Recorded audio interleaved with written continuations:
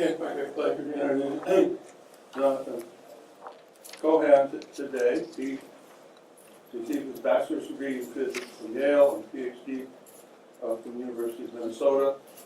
He did his graduate work at NASA Goddard at the Laboratory for High Energy Astrophysics, a lot of things.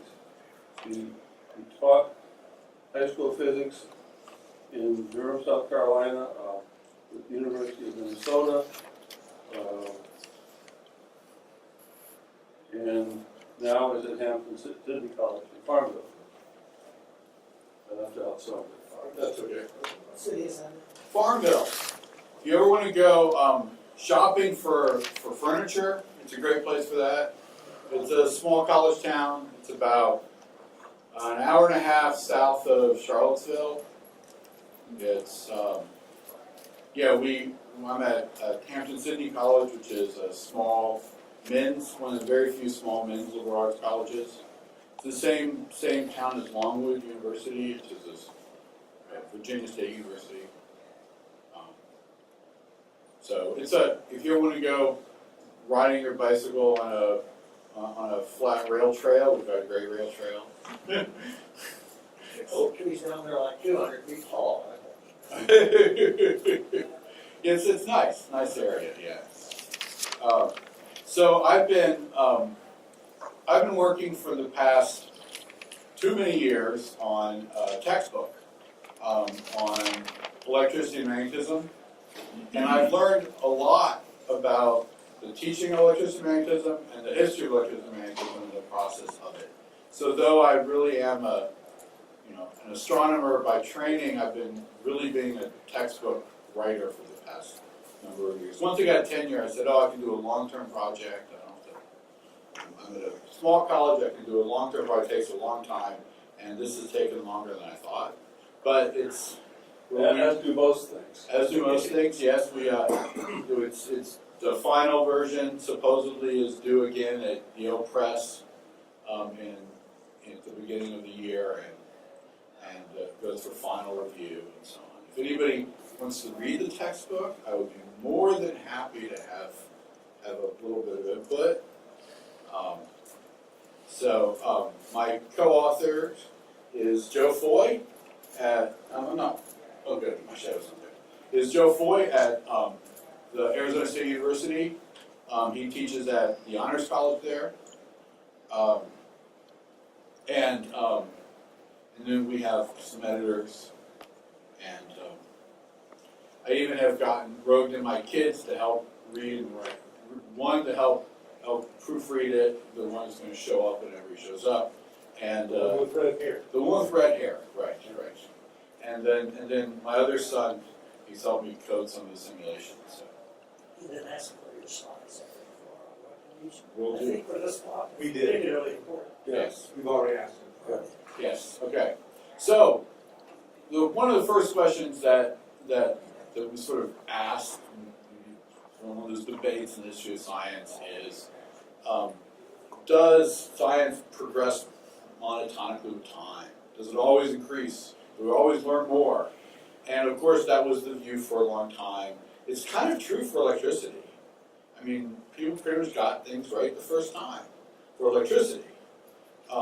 There are a few exceptions that kind of prove the rule, like Galvani's idea of animal magnetism and animal electricity being the source of it. But Volta got this corrected pretty quickly, and that's not the view that's for the traditional, well now traditional. That was the traditional view, the Kuhnian view since the 1960s, Thomas Kuhn's, which is that people go bark up the wrong tree, when you solve problems, people mess things up, and we often do that as a field as a whole. Your classic examples are the way that the Greeks considered the heliocentric universe and the geocentric universe, and they settled the geocentric universe because it fit their data better. It was the right choice at the time for a lot of reasons, right? Prevailing winds, the Earth spinning, high jumpers and long jumpers moving. it didn't work until Galileo figured out that it had to work because of the phases of Venus, and then he had to figure out the physics behind it. Why don't long jumpers shift? Why don't we have crazy prevailing winds? And so that's one example. And another one is magnetism. And one of the things that I've learned is the how prevailing view there is in the idea of poles, the Poe Model of magnetism, and where it came from and why it's wrong, and who figured it out the right way the first time, and what we should call that Maxwell's equation that nobody knows what to call it. Del dot B is 0. This doesn't have a name, really, because every time somebody gives it a name, they realize somebody else gives a different name, and I'm going to argue that it shouldn't be called any of the things that anybody calls it, and it should be called something totally different. It's basically there are no magnetic monopoles. That's the monopole. Yes, that's the best answer, right? Is that, though it's usually called other things. So there are no magnetic monopoles. The first person to think about this was a long time ago. And so before we get to that, let's do a little fun history of the Crusades, okay? In 1264, the French Pope gave southwestern Italy to this French king who was really an up-and-coming, regional king because he married into a very powerful, rich family, a very rich wife. And he just had to come and take it by force. At the time, unfortunately for the Pope, the Holy Roman Empire had kind of taken over the area, and the Germans, they're neither, from the Pope's point of view, they're neither holy nor Roman. And so they had, and he wanted it back. He wanted it to be firmly in the clutches of, other Frenchmen like him. And so this picture here is a picture of the battle of, yes, and how this is the Charles defeating the son of the Holy Roman Empire in battle.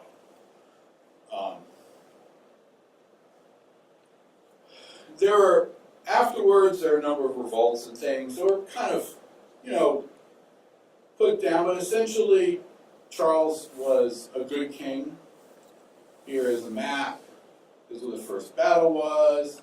There was sort of pushed back an invasion from the Holy Roman Empire, and finally, everything was set and good and calm, and he had secured his borders and he'd taken over as king of Naples and Sicily in this whole area here. Eventually, they lost Sicily, but he kept Naples. Except for one town, that is Lucera, right here. And this is actually really interesting from the history point of view, because it was a thriving Muslim city. It was run by, got the same slide there. So it was run by Muslims. They had fabulous archers, and then what happened was that they had a German mayor, or sort of the pretender mayor, as people like to refer to him as, kind of riled up everybody. Said, "Look, you're going to be ethnically cleansed. They're going to send you out east. They're going to send you to slavery. This is terrible if you let them stay. We're going to treat you well. So you should revolt against them." Total mistake. Because there's the city, right? It's a beautiful walled city. I haven't been there yet, but I can't wait to go. I'm going to go in a couple of years when there's 750th anniversary of the siege. And so what do if you're a knight in the army and you have to lay siege to a city? You camp out and you wait. And what do you do to pass the time? magnetism experiments. Of course. Of course, right, of course. Right, so this person who's, was Sir Peter Merrick, which is in sort of northern France, or often referred to as Pierre de Merricourt, but he wrote under Petrus Peregrinus, which means basically foreigner, because he was a foreigner in that land. That's how he wrote. He wrote the first significant treatise on magnetism. And he had this really cool perpetual motion experiment that he was sure was going to work. Of course, that one didn't work. And he perfected the compass in a lot of ways. And he had a thought experiment that is still brilliant and true to this day. And so his argument was that if you take a permanent magnet and you break it in two, you still have a north and south pole. And you could do that again and again and again. And you could do it ad infinitum. And so eventually he concluded, therefore, there is no such thing as a only north pole or an only south pole. There's no such thing as northness or southness, as Faraday would later say. And so yeah, here's this. So, very. So Peregrinus. So my view is that del dot B should be called Peregrinus' principle, because in English it's alliterative, and he's the guy who thought it up in the first place. It also is not only the no monopoles, but the field doesn't manifest that would be even in a material-free region. Right. All the field lines are closed. All the field lines are closed. That's right. And so whatever happened to the city, Charles was actually a really good king. He was kind to it. He did not sell them into slavery. He treated them like, taxed them a little bit heavy for revolting. I kind of don't blame him for that. His son, on the other hand, excellently cleansed the region, sold them all into slavery, and by the end of the century, it was completely cleansed of any Muslims in the whole nation. So I guess Sir Peter could pick his king, but maybe not his prince pretty well. So we don't know what happened to him. There is this hospital for wounded knights in Naples. And who knows? We don't know what happened. He might have died. But we do know that his best friend, he gave his treatise to. His best friend brought it back to northern France and had it published. And then it went into all of the major libraries of the day. Peregrinus was one of the very first graduates of the University of Paris.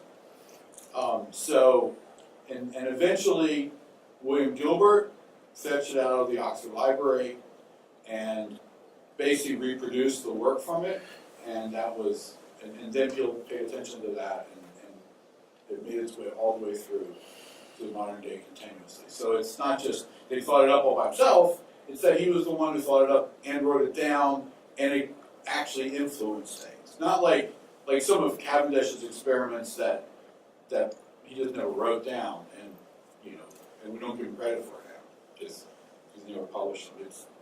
He published it, the first one was published.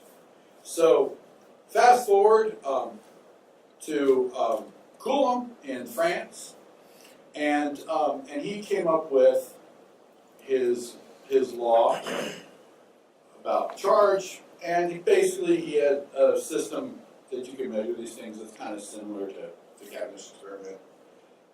And he had a similar idea about magnetism. His idea was that magnetic poles work just like charges. They move around.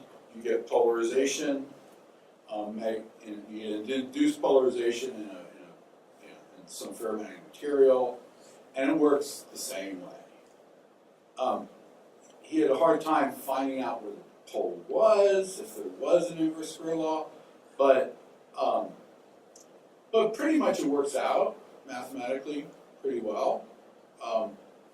And then later on it was shown to work out mathematically perfectly. If I mean the way I'll move. And so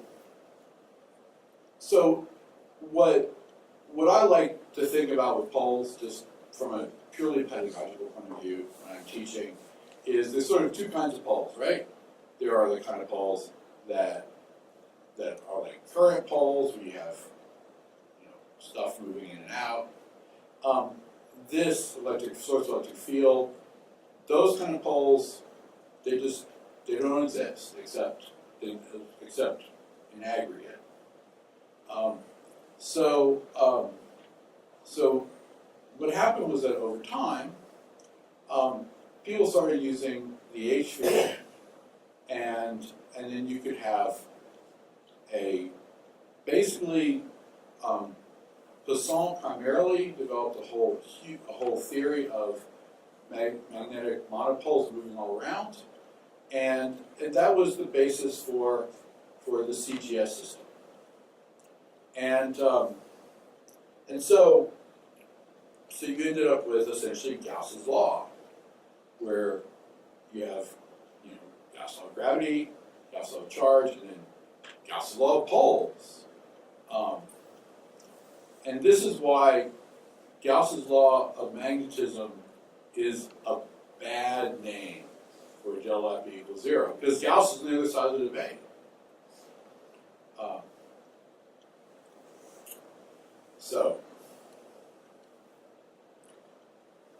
The type of things that we still use this for, of course, are geology, modeling the surface of the Earth.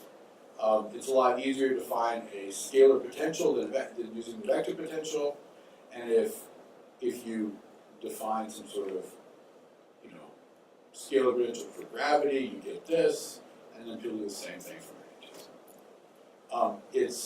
It is terrible from the point of view of a conceptual model for students, and because poles don't move. There is no such thing as pole density and things like that. So, there we go.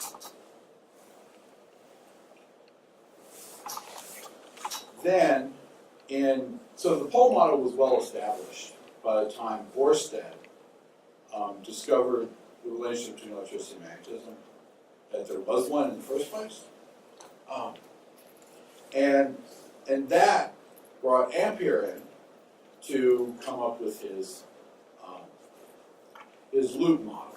So now you have two models about matter. One is that you have poles that move, and the other is that you have current loops. And at that point in time, one would think that people would have stopped and figured out which one it was in the early 1800s, right? You would think that, but that wasn't the case. There were a lot of problems with Ampere's current loop model, and that were not a problem with the Poe model, even though the Poe model is the worst twin model. So the biggest problem with the loop model is that magnets attract steel. Okay, that's the biggest problem. If you're trying to explain ferromagnetism and you want to explain it from a classical point of view, it doesn't make much sense. You would expect everything to work like superconductors do now, superconductivity. You expect that a magnet would repel, and that's the way it would be. But they weren't discovered yet, not for another 100 years. And so from the point of view of modeling the attraction of a magnet to steel, the Poe model worked. The current loop model didn't work. And when we get the wrong answer for the right reason, that's when we get misconceptions. That's when we go up the wrong tree. We're doing it for the right reasons, but then people start believing it. And then you have the wrong thing being taught for generations over generations. So, Michael Faraday was on the right side, basically. Gauss was on the other side. So as Faraday put it, he basically says the same thing as we just did a second ago. And there's no such thing as northness or southness. Plus, he had basically defined what magnetic fields were himself. And I will post these photos. You can read them at your heart's content. But the bottom line is, from his point of view, there's no northness, there's no southness. The magnetic field goes, it's continuous, and this is one of his drawings. You can see it from his point of view, the magnetic field should go right through the magnet, rather than going backwards. That's the question, right?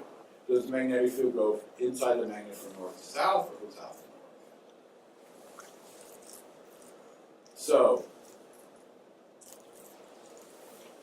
obviously, our modern representation is that the magnetic field lines, the total flux that goes out must come in.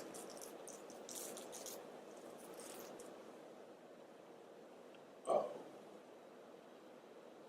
Nice landscape. Great. While it lasted. Yeah. I was.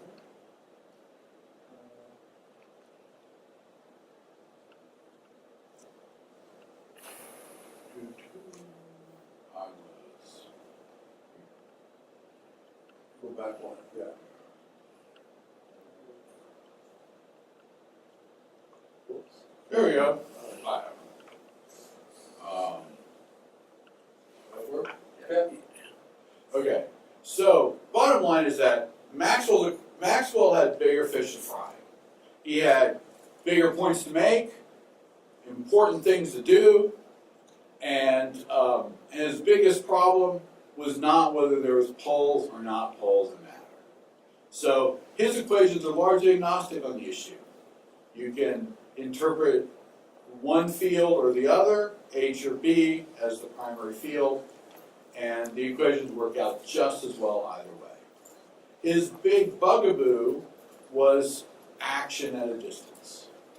That's what Maxwell cared about.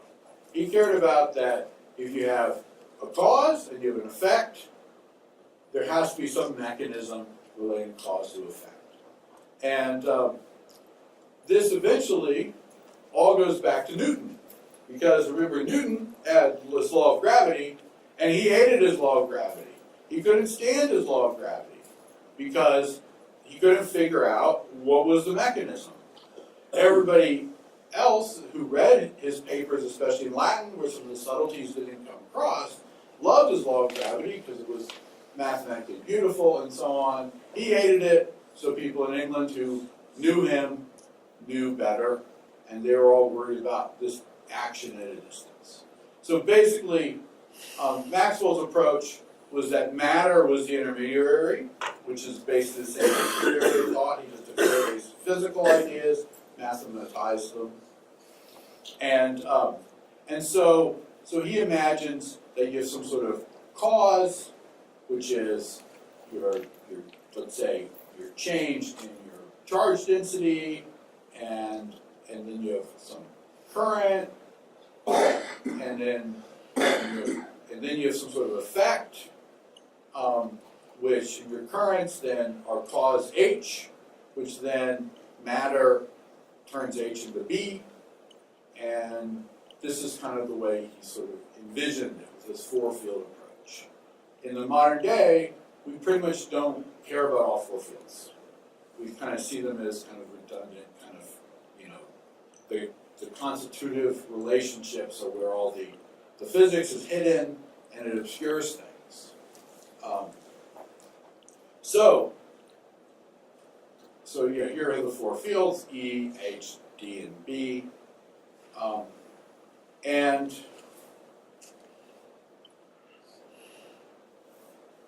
so basically, he instead has this bigger fish to fry, which is the action at a distance. He is trying to figure out where light came from, what is light, has it happened, and he has an important point to make, which is that light is a wave and it propagates through a medium, and the ether exists. And if you read the end of Maxwell's, Maxwell's treatise, that's his primary point, is to argue for an ether. That's his primary point. Later on, Hertz, when he verifies essentially his whole laws, says, well, Maxwell's theory is what his equations say they are. And that's Hertz's view. It's very practical. And so, but that's not necessarily what Maxwell thought. And then, as we all know, as some of us know better than others, we have Albert Michelson came by and figured out that the ether does not really exist. And his first paper, he had this definitive statement about how the ether doesn't exist. And the second paper, after the first one was largely ridiculed, was very much more sort of nuanced and toned it down as he matured as a physicist. I thought that was interesting. So he and Morley then put the relative velocity of Earth and the ether after basically, and this kind of basically threw away the idea that maybe the Earth drags the ether, this ether drag idea. So what about the Poe model? We're talking late 1800s, and the Poe model is still around. It is the standard model of magnetism. It works. It explains things quantitatively, even if it makes no sense qualitatively. And I think that's one thing that's particularly interesting about physics, which makes physics different from engineering, makes physics different from chemistry, is that if something doesn't make sense qualitatively, but it makes sense, but it works quantitatively, we still don't like it. Okay? Instead, it has to make sense both ways. Right? It's like the humanities, where if it makes sense qualitatively and you can't test it, it doesn't matter, it's okay. Right? That's kind of, yeah. Who are the figures in the, Oh, yes. Here we have Albert Michelson, Morley. Yeah, this is my own little collage. And then down here you have Gauss and Maxwell. That's Maxwell and then Gauss. So yeah, those are my little visual jokes. And Engineers don't seem to care so much if it doesn't make sense theoretically. If it works practically, that's good enough. That's right, and often they're right about that, right? Because it works better. Things that work better practically. I mean, look at it this way. Our whole time system is based on what? The Gregorian calendar. The Gregorian calendar was funded. our time system is based on Babylonian measurements. Yes, and refined, right, Babylonian measurements, right, exactly, totally right. Yeah, that's why we got 68. Right, and the last time it was refined was under Pope Gregory. All this stuff was before the heliocentric model was assumed. I mean, it was all based on a geocentric model, and it works fine, right? So why mess with it, right? It's the same idea, right? So, but us physicists want things to be right both quantitatively and qualitatively. It's just, it doesn't sit well with us.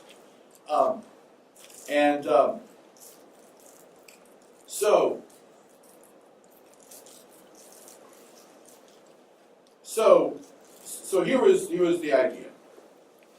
If H is defined by what caused it, B is defined by what it does. And then the question is, how should we now, so from the point of view of pedagogy, H is here to stay, it's kind of, we're stuck with it. What do we do with our students to kind of other than saying, well, historically it was kind of this crazy idea. We're stuck with it magnetically. Yeah, that's good. We're stuck with it magnetically. Yes. So, so essentially, the way I like to think of H is that it is an effective magnetism, a magnetization. It's like an effective magnetization. So, if you have a particular magnetization, then that's essentially what H is going to be measuring. And I have a nice. There we go.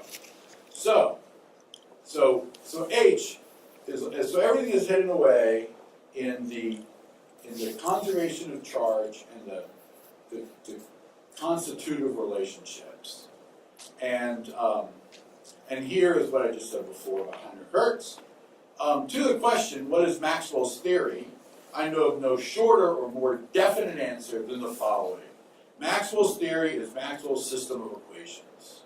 So I love that. So you see the tension here, right? You have, Maxwell, he really wants to argue for ether.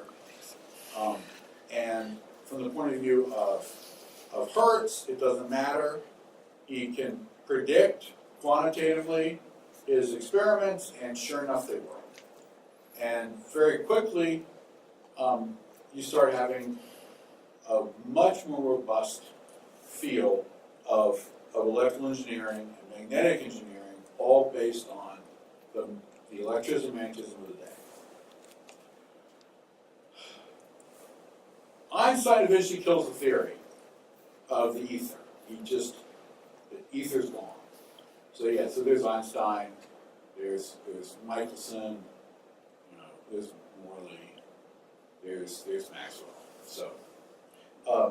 So he kills the ether in 1905 in that he explains how light can propagate supposedly without an ether.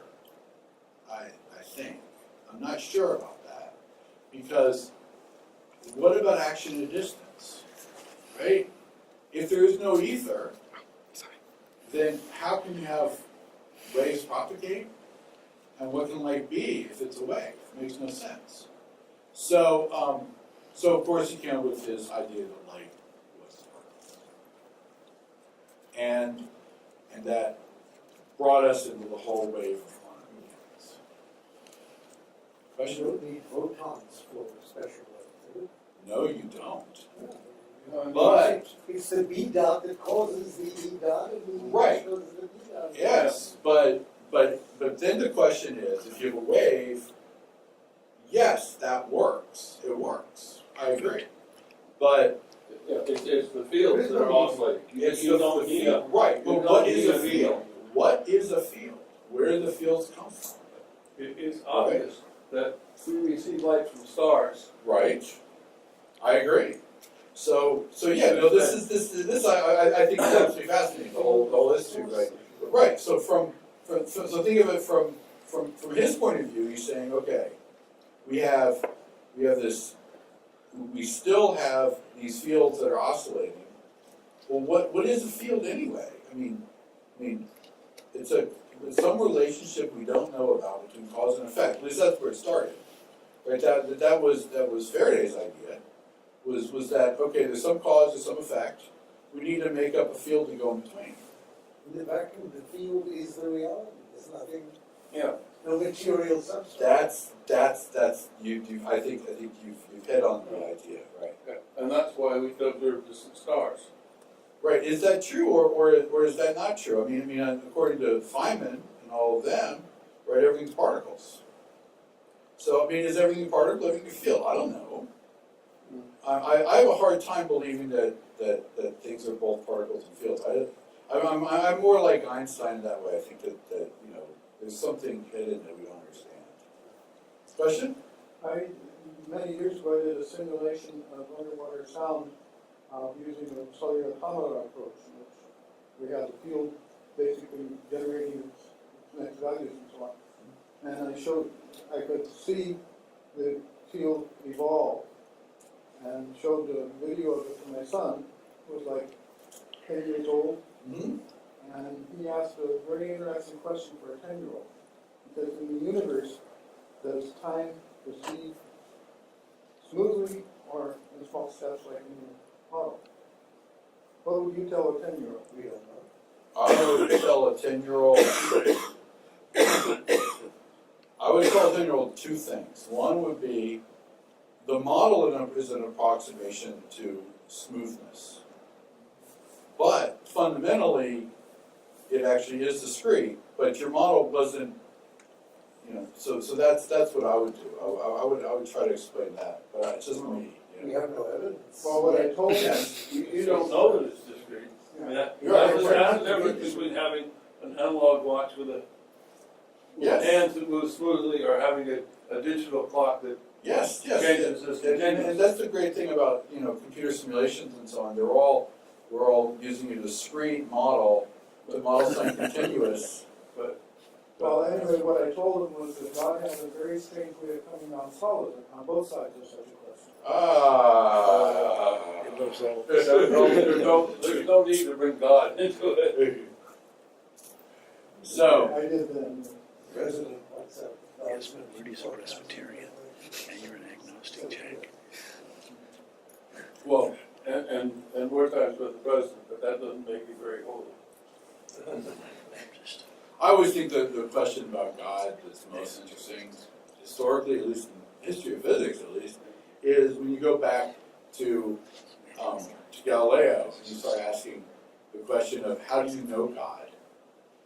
How do you ask questions to figure out?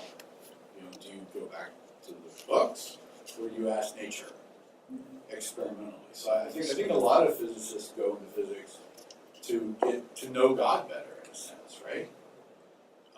Anyway, I know a lot who have, and I know a lot of it's just purely. Galileo's word about his religious beliefs because he was in danger of death. Oh yeah, I no doubt that he was the ultimate atheist that would possibly exist. I agree with that, despite what he says. Right? His daughter was a nun. I think he was a secret atheist. He was scared to death of the. Well, yeah. That was someone wrote a book about Galileo's daughter. It has the collection of the letters that she sent him. Oh yeah, I've seen that. The Superior Britain letters to Galileo sent to his daughter. Well, by God, I mean the next sum of all cause and effect. Yeah, that's how I interpret it too. By the way. Yeah, I that's. like it. So something happens, Yeah. and as a result of cause and effect, well, Yeah. that's the Father, the Son, and the Holy Ghost. Yeah, that's how I do too. See, you're probably an Episcopalian like me, so it's like where we understand metaphor, So where were we?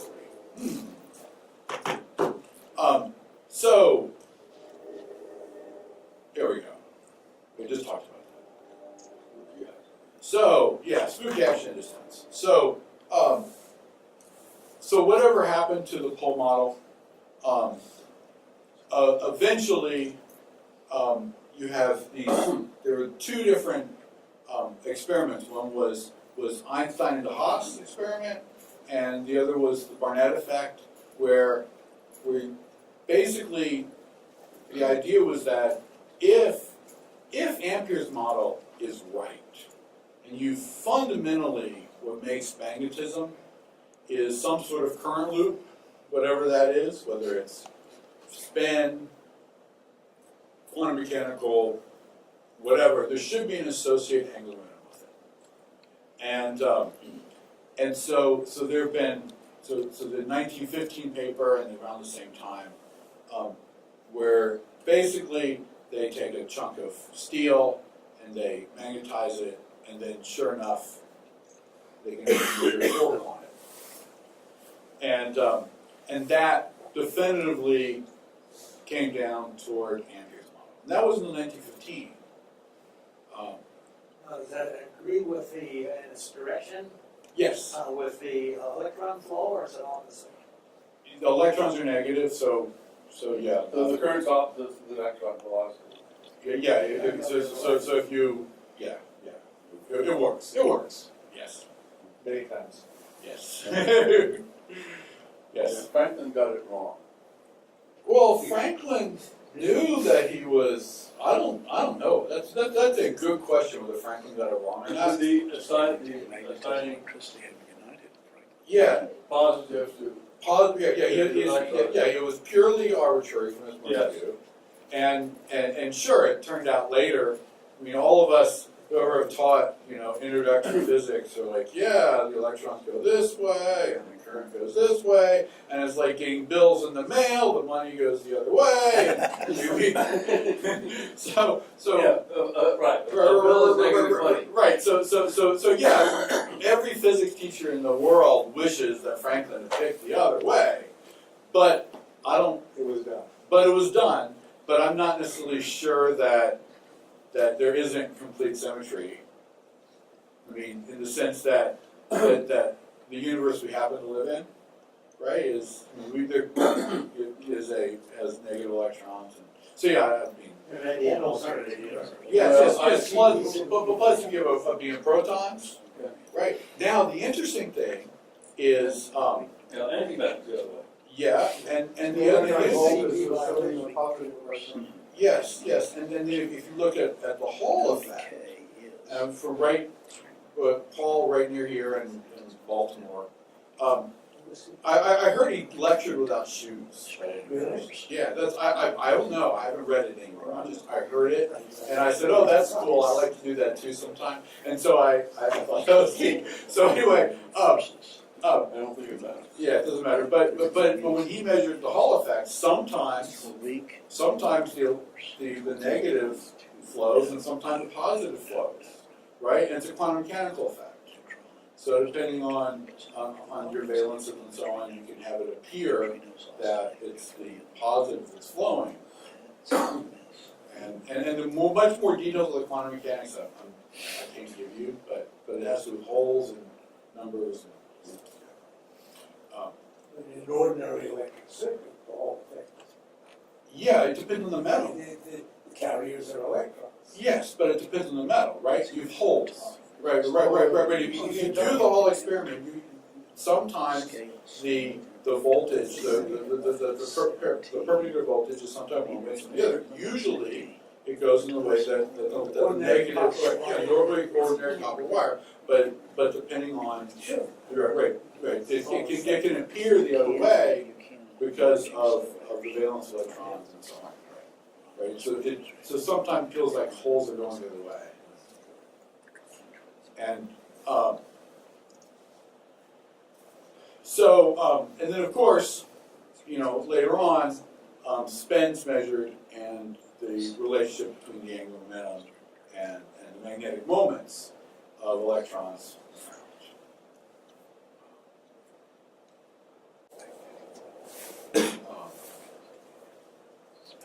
So from a pedagogical point of view, back to the concept of writing a textbook, we should represent Maxwell's equations, I think, this way. We should call del dot B 0, Peregrinus principle, essentially there are no magnetic monopoles. And then my view is that we should be presenting this to students in a way that is D and H independent. So no shortcuts, no hidden variable, no hidden physics, no major misconceptions. And of course, I think that the conservation of charge, which you go back to, Franklin was brilliant. I mean, he came with conservation of charge. My own view is that the American money is horrible, and in that it's all boring, and we have a bunch of presidents and things on it. But the one person who deserves to be there is Franklin, the $100 bill, because he's a physicist. So this is a very good reason to abandon the CGS system, which despite certain beauties about it, like the speed of light being the primary constant, much of the CGS system is based on pole density. It was all based on the Poe model. And that was the real split. That's why we have two systems. One was the continental system of electricity magnetism, one was the British system. One was picked up by the engineers, one was picked up by astronomers, theoretical physicists, and so on. And it turns out the ones that was picked up by engineers turns out to be, ironically, right when it comes to Poe Model. It depends on whether you want to study one particle at a time or whether you want to study a whole collection of particles that make current. Right, but the idea that you would have Oersteds and units that are based on pulse density, and those concepts are out of date, old, but you can still buy magnets with pole densities as their primary unit that they're talking about, as opposed to the Tesla, the field inside. But you don't see voltmeters calibrated in stat volts. Right, you don't. So I'm a big, being an astronomer, I was always biased toward the CGS system until I started writing this book, and now I'm totally the other way around.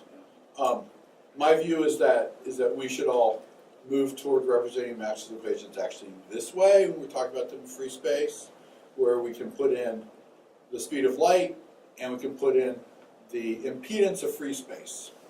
And then we don't have to deal with properties of the ether, which are mu0 and epsilon0, which are that's the history of them. They don't require any ether. Yeah, but that's the history of it, right? C square should come. Yeah. So then, and yes, you should have C's, and so I personally like to write it with the impedance of free space. That way, everybody knows that you're kind of modeling free space as if it was something, even if it's not. By something you mean an ether. An ether, exactly. Now there is, there is a really compelling argument by this historian of science. His last name is Whitaker. I forgot his first name, but he's written a number of books in history of science, and he argues that we should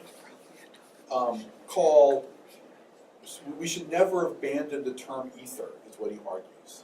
He says he has this whole history of the ether and so on, and the first book is all about what we're talking about here, and the second one is all about particle physics. And when you think about it from a history of science point of view, people like Lorentz were measuring ethers and electrons, and the electron was a property of the ether, and they're basically particle physicists. That's essentially, they were the particle fields and so on came from them. They were the early versions of that.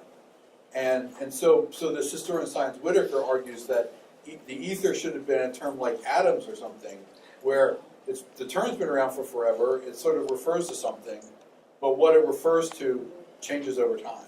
It's no longer a substance, it's the fields or it's the particles, and we can fight about those. But his argument was we should still call it ether. Yeah. The word ether implies immediately a preferred reference frame. Yes, it does. So in that sense, in special relativity, there is no preferred. Yeah, but the Michelson showed universe has a preferred reference frame. Oh, doesn't it? in GR, I've heard people argue that in GR you can sort of bring back the notion of ether. There's no preferred linear velocity, but there's preferred rotation, Right. which is none. Oh, right. Well, but Although the, people are thinking that maybe there is a cosmic rotation angle. People do cosmological observations. Rotating with respect to what?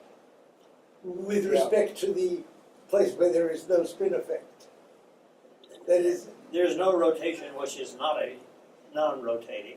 but no, it's an open question in cosmology, isn't there? That it might be that the whole cosmos is rotating. And you would find But with respect to what? Where is with rotation respect to that it shows an overall centrifugal effect or a Coriolis effect. Could you ask the And question? people are looking for those effects. I see. Yeah, I think cosmologists do. Could you say that all physics experiments have no preference about any given axis? One There sense of rotation. is a possible effect not yet seen Question corresponds to the notion. is the universe isotropic? There, it seems to be, but there is a, On a large enough scale. yes, but on that same large enough scale, there is a preferred inertial reference frame. You look at the cosmic microwave background, it looks like a yin yang, Yeah. right? Until they correct for that, Yeah. right? And if the micro, And but you do right. And that's cosmological, Possible yeah. overall spin. So, but this was, I mean, his argument is purely semantic. It was a historical argument saying the same people who were working on the ether and ether theories were, if you follow their work to the 20th century, it becomes particle physicists. And so he would argue, well, if, and he's arguing this in late 20th century, and so he's saying that then, and so he says they should be called ether. You know, virtual particles, whatever happening in between things. The So, question I asked Harold down there at the other end of the table, I think he may understand better. Harold, you're not listening. I'm crediting you for understanding this issue probably better than anyone else at the table. The recent gravitational experiments at Livingston and Washington State now in Italy seem to demonstrate that it's quadrupole distortion of space. I would submit relative to quadrupole, relative to the electromagnetic waves, say thermal, if nothing else, that pervade all of space. Now, we know that we have frame dragging, and we know that we have light passing near heavy objects gets bent.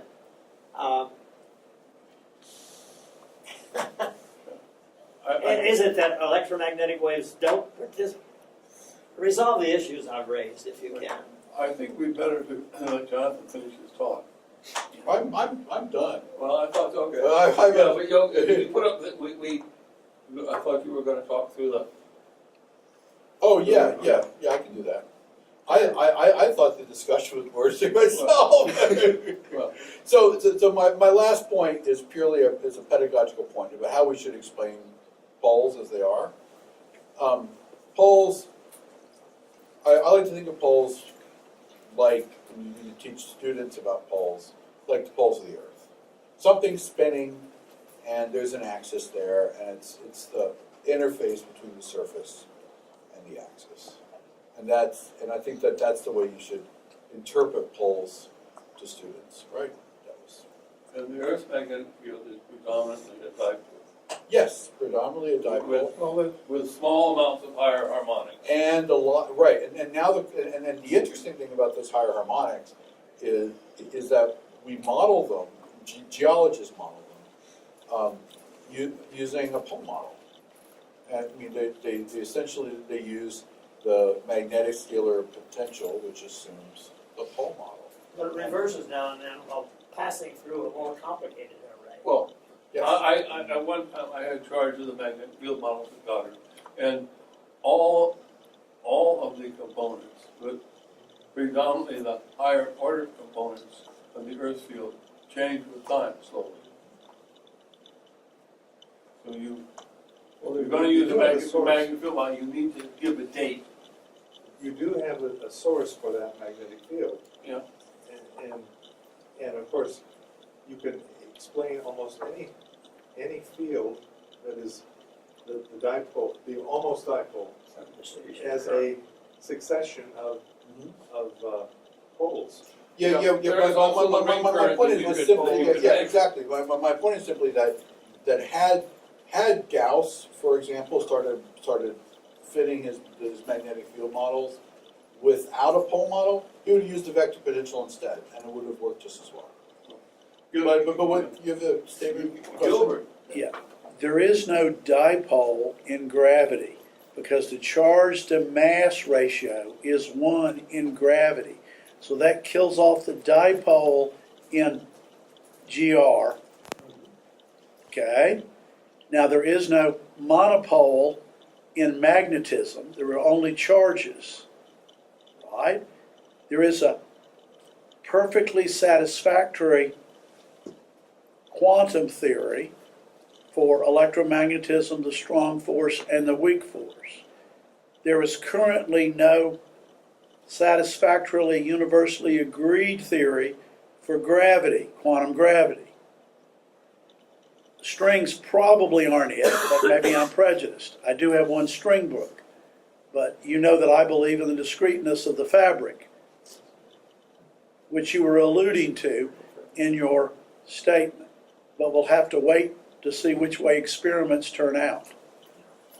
Yeah, the discreteness of space resolves another problem.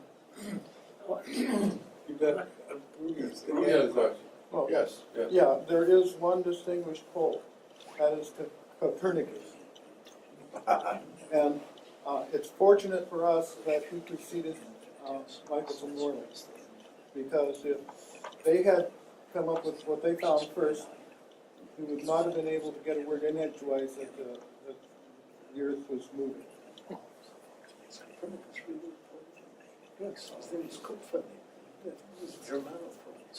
Well, whatever. I think we know the Earth was It was in moving bold.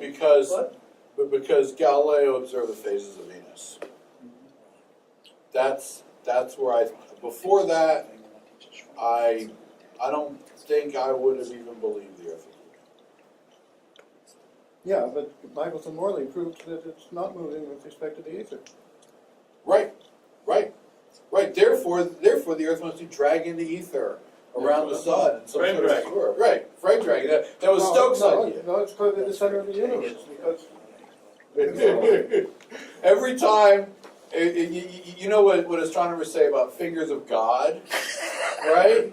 If you look at and you measure the velocities of clusters of galaxies, they're all strung out in these long lines pointing at us. And the reason is that we're using velocity as a measure of distance, and so anything that's moving will look like these long guides. So fingers of God pointing at you, telling you that you're wrong. It's the same wrote thing. about the fickle finger of fate. You can imagine which one he had in mind. Hey, speak of the proper motion, Uh-huh. which leaves some things out. how many people here have astronomy as a background? Don't you? No. even I'm though you a can space stardust. plasma physicist. That's. Well, hey, we're both in building 2 at Yeah. Goddard, right? So hey, same building. Yeah, Well, I was worried about the solar wind and the sun's magnetic field. I worked on the Galileo, the solar polar mission. You don't call that astronomy? It's a history No, of the physics sun thing. and all It's this. a To history- me, astronomy really is other stars, not the sun and the earth and the solar wind and all. I think we better thank our speakers. Do you have any questions for him yet?